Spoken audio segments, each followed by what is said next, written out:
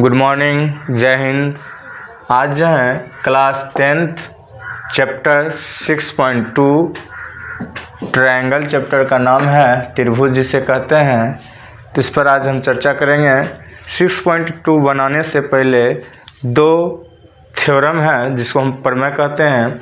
दोनों थेल्स प्रमेय है, एक थेल्स प्रमेय है और एक थेल्स प्रमेय का विलोम है। तो हम ये जान लें पहले समरूप वाला। तो पहले मैं समरूपता का नियम तो पहले 6.1 में दे चुका हूँ, 6.1 में दे चुका हूँ। अभी जो है 6.2 के लिए भी इसका थोड़ा अभ्यास कर लेते हैं। तो चलूँ कि त्रिभुज किसे कहते हैं। त्रिभुज किसे कहते हैं तो हम लोग आप लोग जानते ही हैं कि त्रिभुज तीन फलकों से घिरे क्षेत्र को त्रिभुज कहते हैं। इसका नामांकन भी कर सकते हैं ए बी सी, और तीनों में साइड होते हैं, साइड, और ये एंगल होते हैं, ये एंगल होते हैं, ये एंगल होते हैं। तो त्रिभुज किसे कहते हैं? तीनों क्षेत्र से घिरे क्षेत्र को, तीन फलकों से घिरे क्षेत्र को त्रिभुज कहते हैं। तो लिखना चाहते हैं तो लिख सकते हैं, नहीं भी लिखिएगा तो चलेंगे। तो इसमें तीन साइड होते हैं, तीन साइड्स होते हैं, 3 एंगल्स होते हैं। इस सभी का नामांकित आप लोग जान रहे हैं, ए बी सी। ये जो नामांकित किया गया है ए बी सी है। त्रिभुज ए बी सी में 3 साइड्स, 3 एंगल्स एनी टाइम होंगे, जिसका प्रत्येक एक कोण का मान 60 डिग्री होते हैं। और तीनों कोणों का योग अगर जो कर दिया जाए 1 प्लस कोण 2 प्लस कोण 3 तो इक्वल 180 होगा, 180 डिग्री हो जाएंगे। क्लियर? अब इस पे आगे चलते हूँ। त्रिभुज के आगे नेक्स्ट जो है पोजीशन है कि समरूप होने का कुछ शर्तें लागू किया हुआ है। क्या किया हुआ है? समरूप होने का कुछ शर्तें लागू किया हुआ है, जिसका जो है हम अभी चर्चा करने वाले हैं। तो कह रहा है, देखा जाए, दो त्रिभुज समरूप होते हैं। कुछ शर्त ऐसा है कि कह रहा है कि दो त्रिभुज समरूप होते हैं। कब होता है, कैसे होता है, ये हमें जानकारी लेना है। तो पहला का क्वेश्चन दिया है, इनके संगत कोण बराबर हों। अब संगत कोण दो त्रिभुज पहले बनाना पड़ेगा हमको। तो दो त्रिभुज मैंने ये बनाया,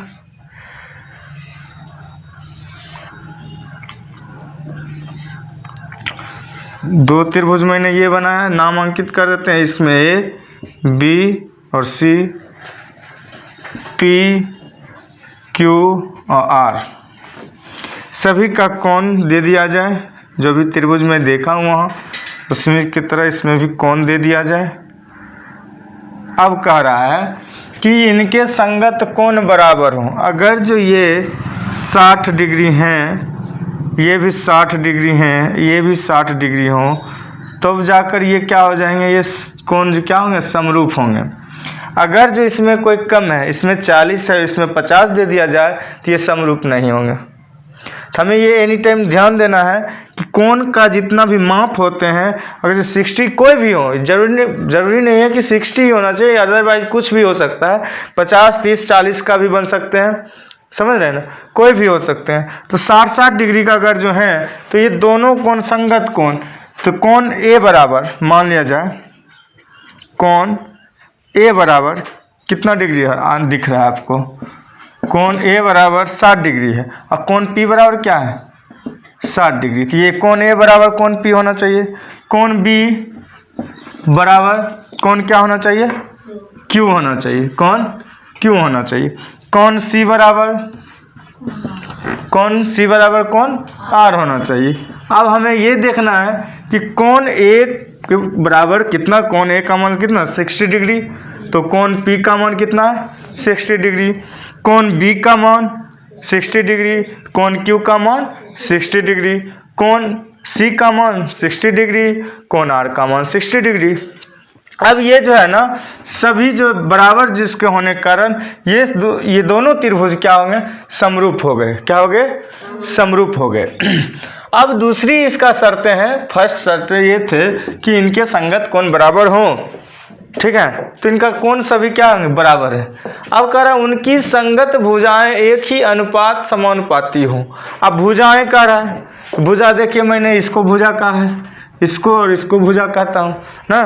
तो इस भुजा में देखूं तो इसमें देखिए भुजा ए बी, भुजा ए बी बराबर क्या होना चाहिए, पी क्यू होना चाहिए।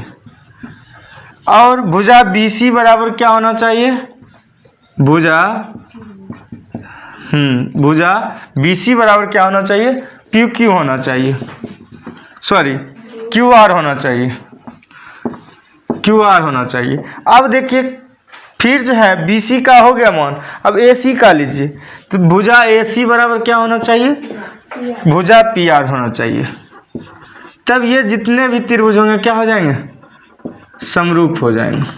क्या हो जाएंगे, समरूप हो जाएंगे। अर्थात ये दो शर्त मुझे याद रहना चाहिए, इनके संगत कोण क्या होना चाहिए, बराबर होना चाहिए दोनों त्रिभुज का। और दूसरा शर्त है कि इनकी जितने भी भुजाएं हैं क्या होना चाहिए, एक दूसरे के समानुपाती होना चाहिए। क्लियर। अब यहाँ तक आपका काम क्लियर हो गया। अब कहते हैं समान कोणिक त्रिभुज किसे कहते हैं। क्वेश्चन आपका रहेगा समान कोणिक त्रिभुज क्या है, किसे कहते हैं। तो आप कह सकते हैं यदि दो त्रिभुजों का संगत कोण समान हो। अब दो त्रिभुज का संगत कोण, जैसे कोण ए बराबर कोण पी है, अर्थात कोण ए 60 डिग्री और कोण पी भी 60 डिग्री हो, तो ये क्या हो जाएंगे, संगत कोण हो गए, समान हो गए। तो ये क्या होंगे, दूसरा कह रहा है यदि दो त्रिभुजों का संगत कोण समान हो, दोनों समान है, तो उसे समान कोणिक त्रिभुज कहते हैं। क्लियर। अगला है स्पेस में देखिए कि दो समान कोणिक त्रिभुजों उनकी संगत भुजाओं का अनुपात सदैव हमेशा समान रहता है। अब भुजा भी इसका क्या होगा, समान नजर आवे, तो वो त्रिभुजें क्या होंगे, समान कोणिक होंगे और समरूप होंगे। क्लियर। तो यही आपका जो है स्टेंजा रहा। इसके बाद में आपको थेल्स के जो बारे में है, थेल्स प्रमेय, थेल्स थ्योरम जिसे कहते हैं हम लोग, अभी जो बीपीटी उसके भी कहते हैं, उसके बारे में हम जानने के लिए तैयार हैं। तो हम आगे चलते हैं बीपीटी के बारे में, थेल्स प्रमेय के बारे में। उसके बाद थेल्स प्रमेय का विलोम, ये दो आपका एक्सरसाइज 6.2 होने से पहले आपको ये लेना पड़ेगा, सिद्ध करना पड़ेगा। क्लियर। तो चलता हूँ थेल्स प्रमेय का कथन के बारे में चलूँगा। देख लिया जाए क्लास 10th का जो है, क्लास 10th का जो है आपका जो है चैप्टर 6.2 का ट्रायंगल चैप्टर से है, और गौर से देखना है जी, जिससे अभी सीख जाओगे। ठीक है, और ये याद हो जाना चाहिए। क्लास 10th चैप्टर 6.2 ट्रायंगल त्रिभुज। ठीक, थेल्स प्रमेय के बारे में जानना है। तो हम चलते हैं क्लास 10th के 6.2 चैप्टर में। मुझे ये क्वेश्चन दे रहा है कि एक गणितज्ञ जो थेल्स है ना, वो एक कोई चीज़ सिद्ध की है त्रिभुज के मैटर पर, और उन्हीं का जो कुछ बोला गया है, किस आधार पर अगर जो कुछ बोला गया है वही उनका कथन हो गया। वो कुछ कहे हैं, और क्या कहे हैं उनके लिए नाम दे दिया गया है कि एक क्वेश्चन उनका कहा हुआ अगर जो हम लिख लें ना, तो उसको क्या हो जाएंगे, हम उसको सिद्ध करने के बाद त्रिभुज के बारे में मुझे बहुत सारी चीज़ पता हो जाएंगे। अब देख रहा है कि कह रहा थेल्स प्रमेय का कथन लिखिए, तो कथन आपका ये है और सिद्ध कीजिए। अब सिद्ध करना मेरा काम है। अब तो मैं इसका कथन को पहले याद कर लूँ।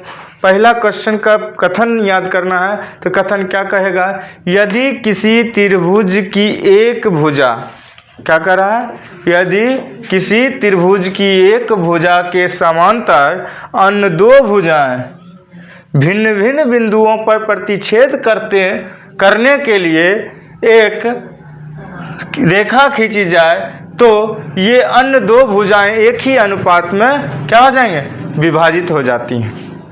अब इसके लिए मैं क्या करूं कि कह रहा है वो एक त्रिभुज लेने के लिए कह रहा है, तो त्रिभुज मैं अभी ले चुका हूं, त्रिभुज ABC लूं। तो पहले हम यहां लिख लूं, माना कि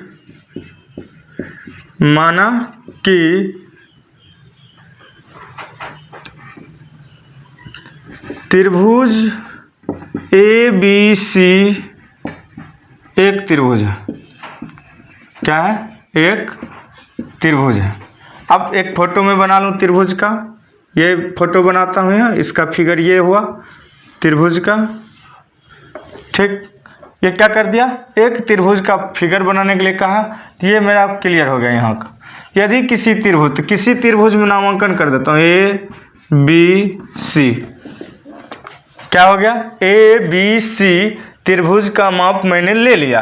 अब कह रहा है भुजा के समांतर अन्य दो भुजाएं भिन्न भिन्न बिंदुओं पर प्रतिच्छेद करने के लिए। अब देखिए यहाँ एक बिंदु यहाँ है और एक बिंदु यहाँ दे दूँ और इसको मिला दूँ, अगर इसको मिला दूँ, ठीक है, इसको अगर मिला दूँ या इसको एडवांस नहीं करके यहीं पर रखूँ तो ये क्या हो जाएंगे, एक इसका समांतर ये हो जाएंगे।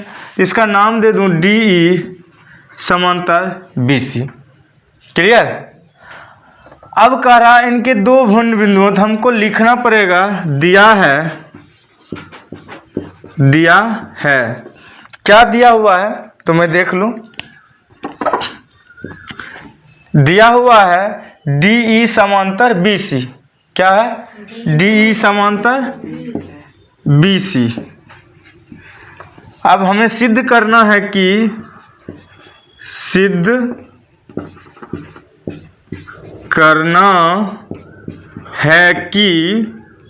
क्या करना है, सिद्ध ए डी बट्टे डी बी बराबर ए ई बट्टे ई सी। क्लियर। अब हमको इस दो बात पर ध्यान देना है कि मुझे दिया कौन चीज़ है और सिद्ध क्या करना है। ठीक, तो दिया है डी ई समांतर बी सी और हमें सिद्ध क्या करना है, ए डी बट्टे डी बी ए ई बट्टे ई सी बराबर होना चाहिए। क्लियर। अब हमें रचना हम इसको करेंगे, क्या करेंगे, रचना। क्या करेंगे, रचना का अर्थ होता है कि हमको बनावट बनाना है। अब रचना क्या है इसका सो देखिए, मैं लिखूंगा रचना त्रिभुज एबीसी में, ठीक है, त्रिभुज एबीसी में, या मैं तो एबीसी लिख चुका हूं, लिखूंगा बिंदु बी से ई पर मिलाया, ई पर और क्या, बिंदु सी से डी पर, बिंदु सी से डी पर मिलाया। अब मिला लीजिए। बी से ई तक मिलाने के लिए क्या करना पड़ेगा, इसको ई ठीक से लिख देता हूं। देखिए ऐसे करके मिलाना होगा हमको। ये बी से ई तक मिल गया। अब ये सी से देखिए मिला, ये डी तक मिला, बी से ई तक और सी से डी तक मैंने मिला दिया। अब तथा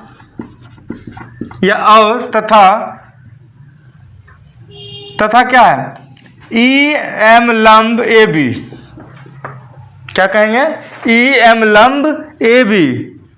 ई एम लंब का सिंबल ऐसे होता है, ए बी। अब देखिए ये ए बी है, इसका लंब कहाँ डाले हैं, ये देखिए यहाँ से लंब डाल रहे हैं, ऐसे। इसका नाम दे देंगे एम। अब बोलेंगे ई एम लंब किस पर डाले हैं, ए बी लाइन पे डाले हैं ना। अब देखिए, और अब एक और लंब डाल रहा हूं जिसको नाम दे दूंगा एन। अब इसका क्या कहूंगा, ई एम लंब हुआ कौन चीज, ए बी, तो डी एन लंब क्या होगा, ए सी। ठीक है, तो डी एन लंब ए सी खींचा। क्लियर। अब यहां से आगे बढ़ता हूं। अब यहां से प्रमाणित करूंगा मैं कि कौन त्रिभुज क्या है, कहाँ है, इसको मैं सेटिस्फाई करूंगा। तो क्या करूंगा, प्रमाण में लिखना चाहता हूं। प्रमाण या उपपत्ति दोनों एक ही चीज हुए, उपपत्ति।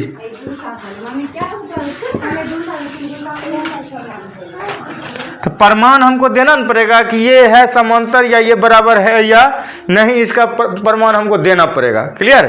तो अब देखूं, प्रमाण देने के लिए मैं लूंगा पहले त्रिभुज ए डी ई में। क्या लूंगा, त्रिभुज ए डी ई में त्रिभुज ADE का क्षेत्रफल होगा, त्रिभुज ADE का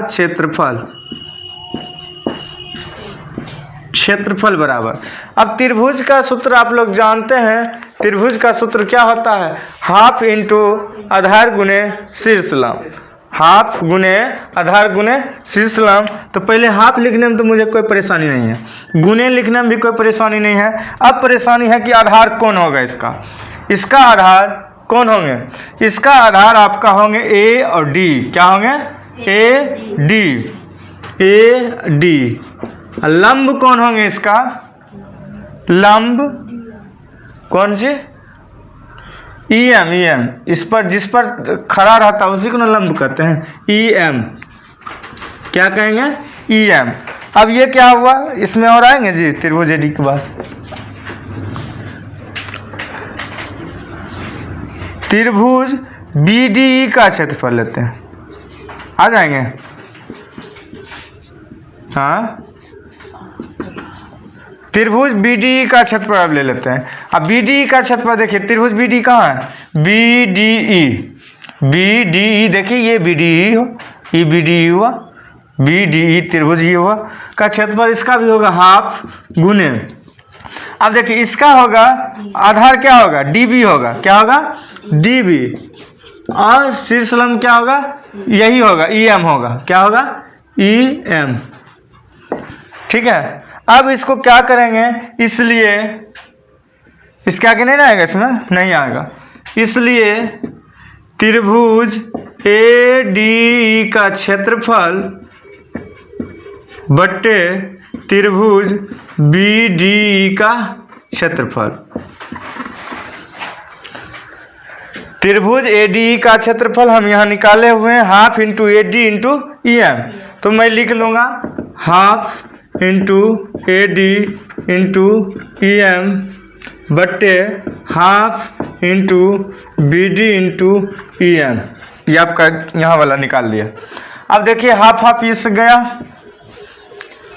EM और EM गया, बचा क्या, AD बट्टे BD। यहाँ के बाद नहीं आ रहा है, इससे बन गया। चलिए, तो यहाँ क्या बच गया आपका, AD बट्टे BD। इसको समीकरण फर्स्ट कर दीजिए। अब पुनः लीजिए, फिर से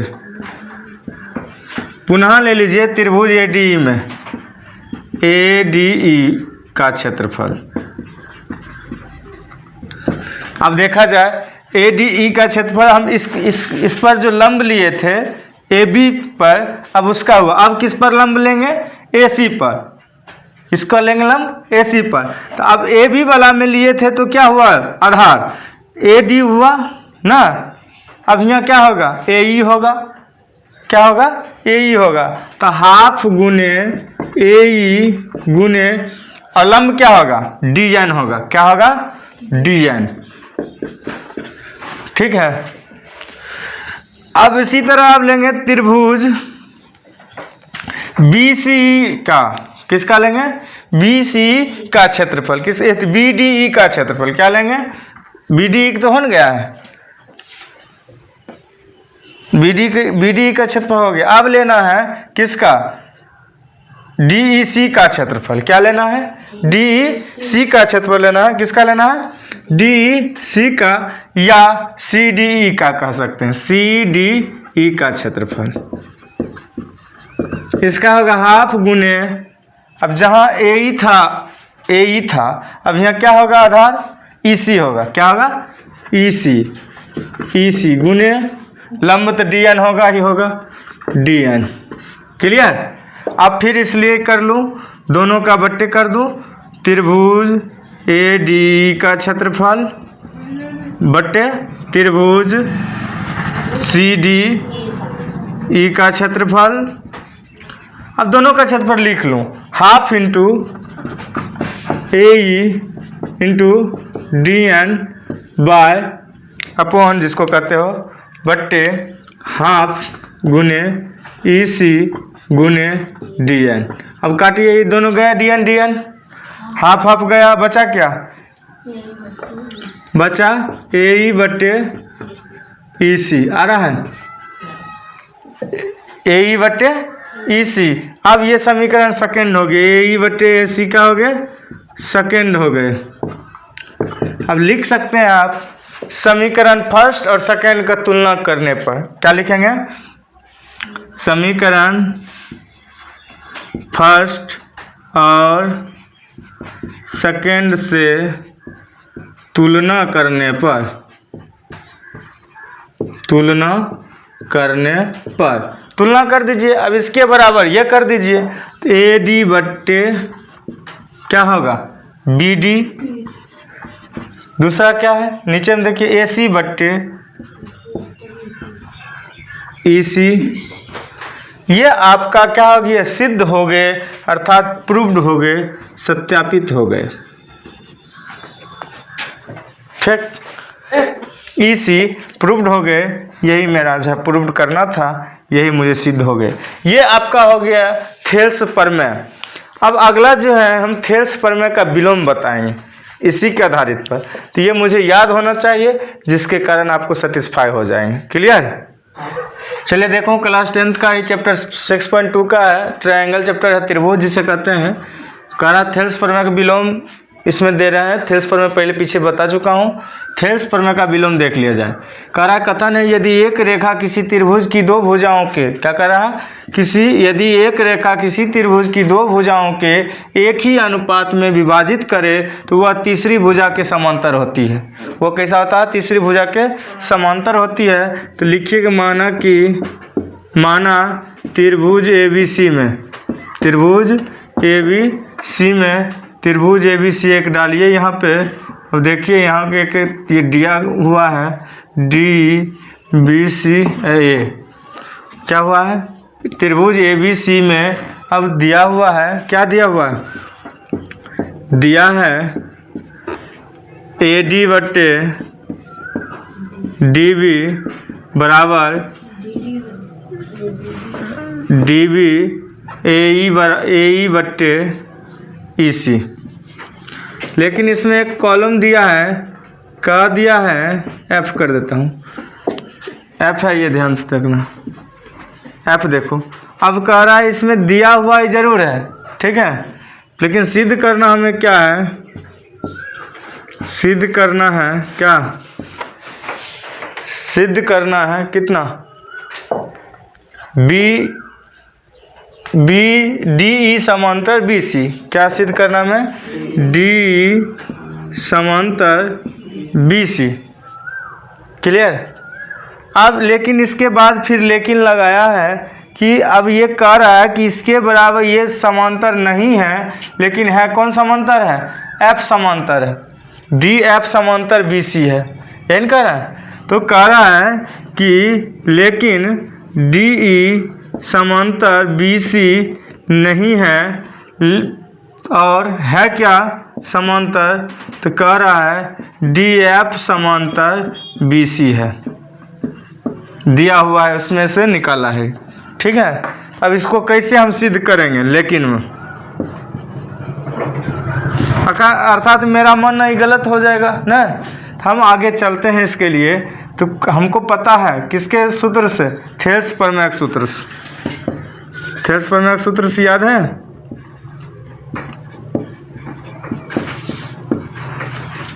तो AD बट्टे DB, AD बट्टे DB बराबर AF बट्टे कौन सी EC, AF बट्टे EC, सॉरी AE बट्टे FC होगा, AE बट्टे FC। इसको पहले यहाँ उसके बाद यहाँ से करना, ठीक है, AE बट्टे FC। अब देखिए समीकरण, इसको फर्स्ट ले लूँ। अब पुनः क्या है, मुझे ज्ञात है कि AD बट्टे DB बराबर AE बट्टे EC। ये क्या है, मुझे ज्ञात है यहाँ पर। क्लियर है? अब देखो समीकरण सेकेंड, अब जब भी करेंगे समीकरण सेकेंड और फर्स्ट से क्या होंगे, A D B cancel, D B cancel, clear है। तो ये दोनों क्लियर ही हो जाएंगे। बच्चा कौन सी, ए ई बट्टे एफ सी इक्वल ए ई बट्टे ई सी। अब दोनों तरफ एक जोड़ने पर, दोनों तरफ एक जोड़ने पर, दोनों में जोड़ दीजिए एक, ए ई बट्टे एफ सी प्लस 1 बराबर ए ई सी प्लस 1। देखिए दोनों में देखिए क्या हो गया, ई तो एफ सी है, एफ सी की ये हुए ए ई, 1 के एफ सी को हुए प्लस एफ सी बराबर ए ई सी के हो गए ये ई एम बी एन बच्चा जी प्लस ई सी, तो खत्म ही हो जाएगा। अब देखो ए ई से लेकर एफ सी तक, ए ई से लेकर एफ सी तक मान होता है ए सी, यहाँ लिख दो ए सी बट्टे एफ सी बराबर ए ई से लेके ई सी तक, ए ई से लेके ई सी तक का भी मान होता है ए सी बट्टे लिख दो ई सी, ये कैंसिल। तो एफ सी बराबर ई सी जब